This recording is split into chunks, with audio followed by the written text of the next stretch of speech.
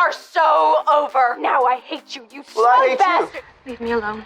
When you see scenes like that, you know immediately. These two are gonna get together. We know it's a cliche. We know that things don't work like that in real life, but still, we can't help watching, even when the movies lie. For instance, telling us there's only one step from hate to love.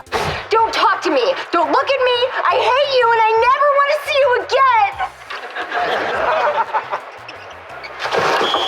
This is perhaps the oldest romantic movie trope ever. It is based on a belief that both characters have raw feelings for each other right from the beginning, and all the fights and arguments that they have are only to hide the deep passion between them. Yes, even if one of the characters wants to kill the other. I fear that it's gonna put me out of business. What?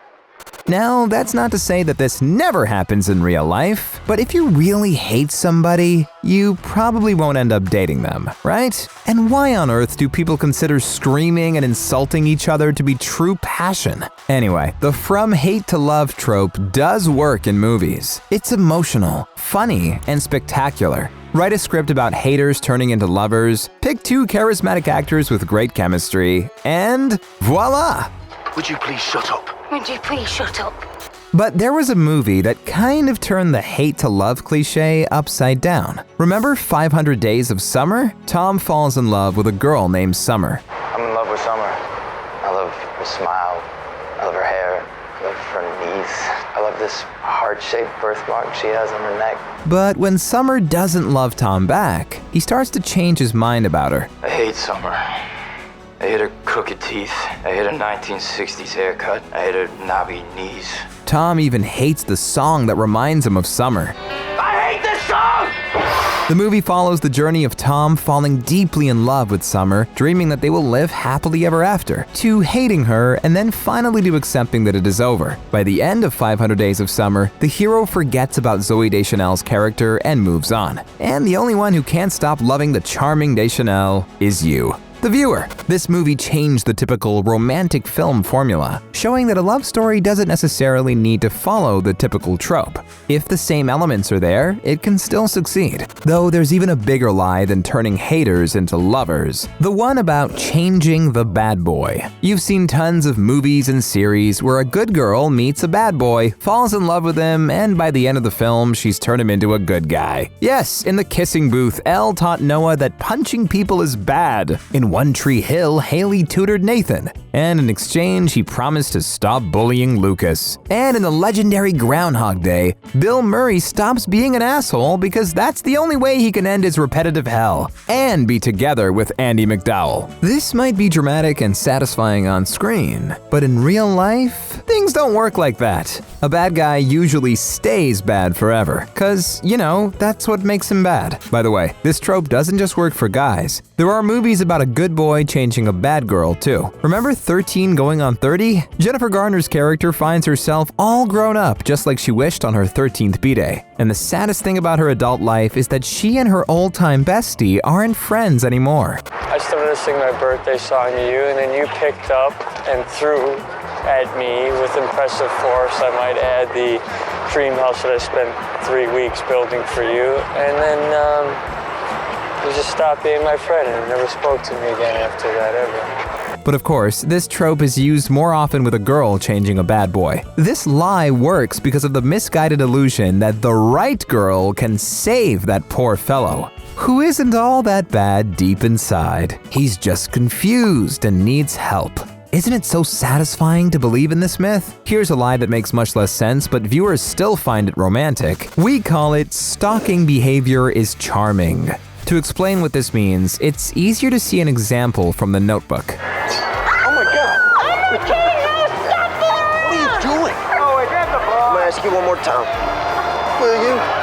Or will you not go out with me?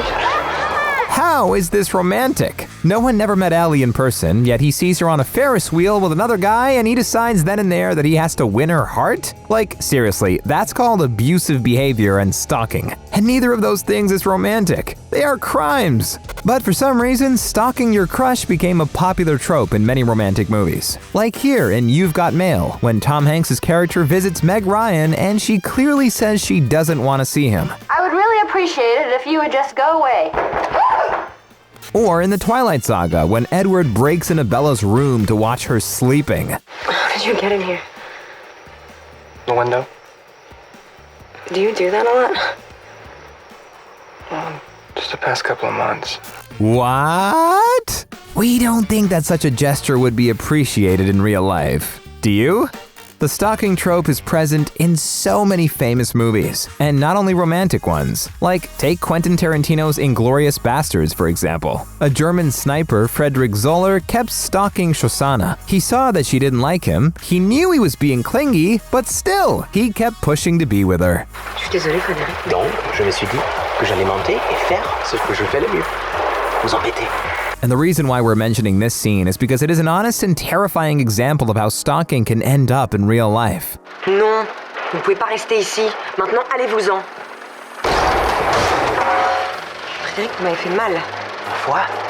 So again, stalking isn't romantic. However, we'd like to recall one more example of the famous trope, probably the most creative one. What Phil from Groundhog Day does to Rita could also be called stalking. But at the same time, for Rita, everything happened in one day. And it was always her decision to spend time with Phil and tell him stuff about herself. Sounds paradoxical, right? This is what happens when screenwriters mix genres. On the edge of cliche tropes and time loops, something brand new can occur. Let's move on to the next lie that we call "Love is all that matters." You know that cliche. It teaches us that cheating is okay if it's with someone who you think is your soulmate. Again, no need to look far. In You've Got Mail, both Meg Ryan and Tom Hanks' characters cheat on their partners. Right after their significant others leave them alone, the main heroes immediately start flirting with each other via the internet. Letters to Juliet? Sure. Sophie cheated on her partner because she believed there was a better man for her. This trope was even present in one of the world's biggest movies of all time, Titanic. Yes, Rose cheated on her fiancé. But we need to give major credit to James Cameron here. He created a pretty strong conflict in the movie, making everyone in the world believe that Rose had no other option but to cheat. Which is an impressive thing,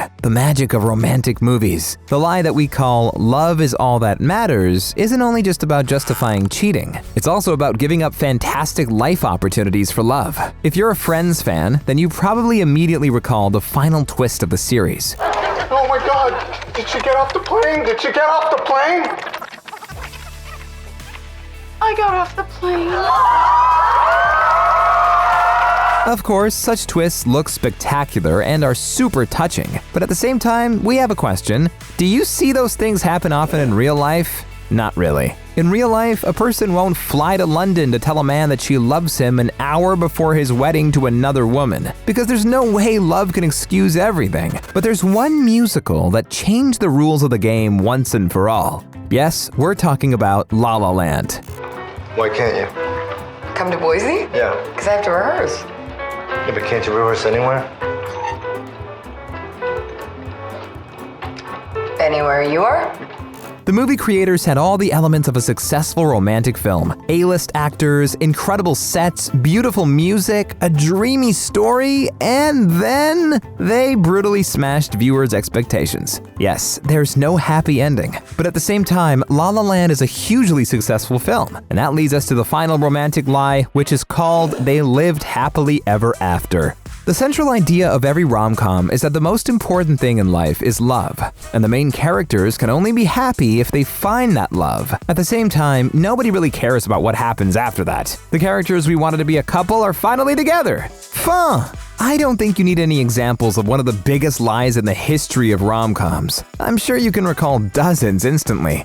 This trope exists even in those movies that were creative enough to break many cliches, like Bridget Jones's Diary. Renee Zellweger's character is very atypical for the genre. She's clumsy, awkward, and funny in so many ways, and that's what makes her alive. But at the same time, Bridget believes that love is the only thing she needs for happiness, and she runs for it.